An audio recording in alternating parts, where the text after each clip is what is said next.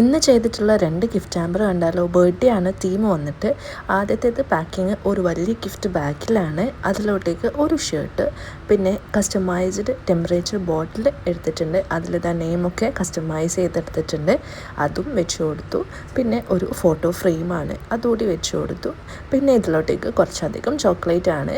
ആദ്യം തന്നെ ഒരു ബഡൂക്കിൻ്റെ ബബിൾഗം ഉണ്ട്, പിന്നെ സ്നിക്കേഴ്സ്, പിന്നെ ഞാൻ വെച്ച് കൊടുത്തിട്ടുള്ളത് നേരത്തെ റാപ്പ് ചെയ്തിട്ടുള്ള ബോട്ടിലും പിന്നെ ഫോട്ടോ ഫ്രെയിമാണ്. പിന്നെ കുറച്ചധികം കിറ്റ് കാറ്റ് കൂടി വെച്ച് കൊടുത്തിട്ടുണ്ട്. ആൾ കുറച്ച് ചോക്ലേറ്റ് ലവറാണ് കേട്ടോ.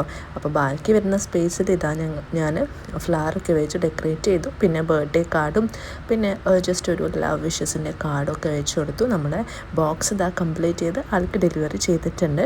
പിന്നെ അതിന് അടുത്തത് വന്നിട്ട് ഒരു ബർത്ത്ഡേ ഹാമ്പർ തന്നെയാണ്. പാക്കിങ് ഗിഫ്റ്റ് ബാഗിലാണ് കേട്ടോ.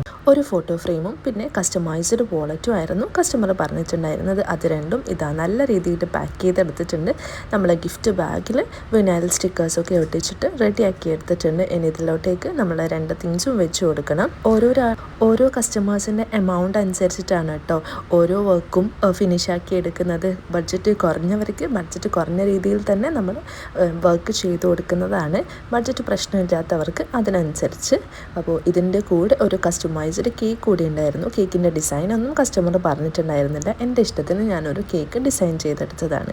അപ്പോൾ ആൾക്കിതാ ഡയറക്റ്റ് പോയിട്ട് ഡെലിവറി ചെയ്തിട്ടുണ്ട്. പിന്നെ ഒരു കാര്യം, കേക്ക് ഉണ്ടാക്കിയത് ഞാനല്ല കേട്ടോ, എൻ്റെ ഒരു ഫ്രണ്ടാണ്. ഇവിടെ അടുത്തുള്ള ഒരു ഹോം ബേക്കറാണ്.